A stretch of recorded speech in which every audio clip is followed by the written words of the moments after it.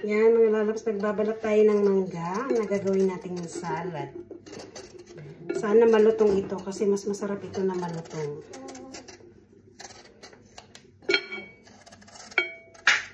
Dito tayo sa ating munting kusina, sa ating boarding house. Wala tayo sa amo ngayon. Yan, mali pa yung ano ko paggamit ko ng kutsilyo. Kaya lang ganyan na nasanayan ko kasi. Kaya nga nasabi ng amo ko, ang bigat ng mangga, promise. Yan, tanggalin natin. Yung kalahati lang gagawin natin. Kasi yung kalahati, ano yan?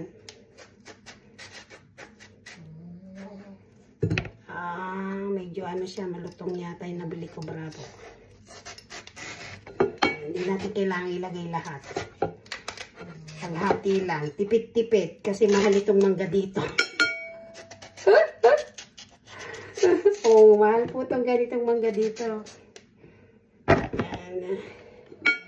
Yan, wala nang ano. Ganyan lang. Iwan-iwan ganyan.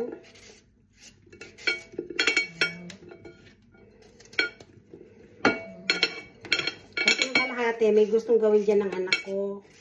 So, ito naman ginagawa ko pang ano, salad ni Habi. Partner ko dun sa barbecue na nabili namin.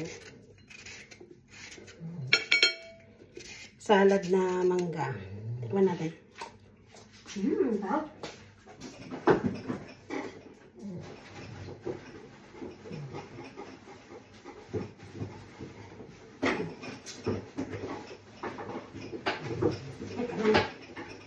Diba yung pagalampang ko muna ng sibuyas?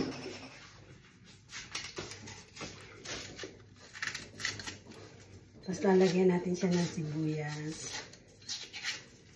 Ewan ko. Basta ako kasi mahilig ako sa salad kasi. Ayan, lagyan natin ng sibuyas.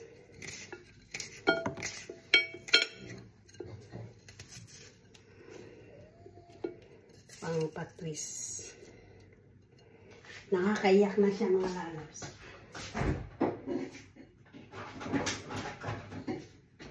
Tapos, meron din tayo isang pulang kamatis. Katabi lang natin kasi ang lababo. So, gagawa tayo ng salad niya. Para sa pagkain niyang kakainin. Yan, ganyan lang. Simple-simple lang po tayo maggawa ng ating salad.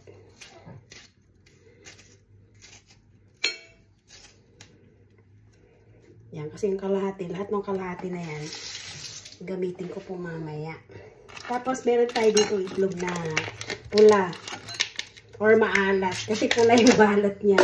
Hindi ko lang alam kung pula ang loob nito ko guys sa Pinas. Kasi mostly sa Pinas, numuya ko, hindi na siya mga pula, natural color na which is more better.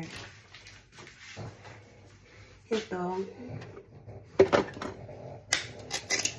Itlog na maalat daw po. Sabi niya, ano, magsarap daw. Ay, masarap nga. O, tingnan nyo, oh. Masarap siya. Hindi kalugi. Medyo mahal nga lang ang isang piraso nito. Ayan.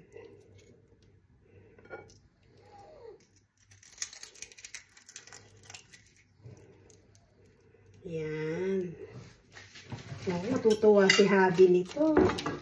Ang sarap ng salad niya. Ay, nako. Kung ano na lang po ang may invento na pang ulam po dito sa amin. Kung ano po yung meron. Ayan, kasi Trixie, no? Go down. Go down. Because this is not yours. Huwag kang maingay at nagbibideo si Mama.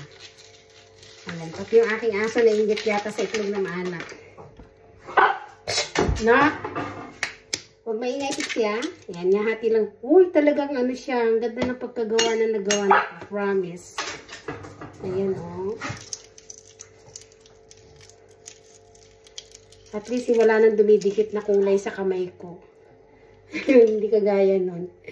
Pag ano ka na, namumula pati kamay mo. Which is the original naman yun.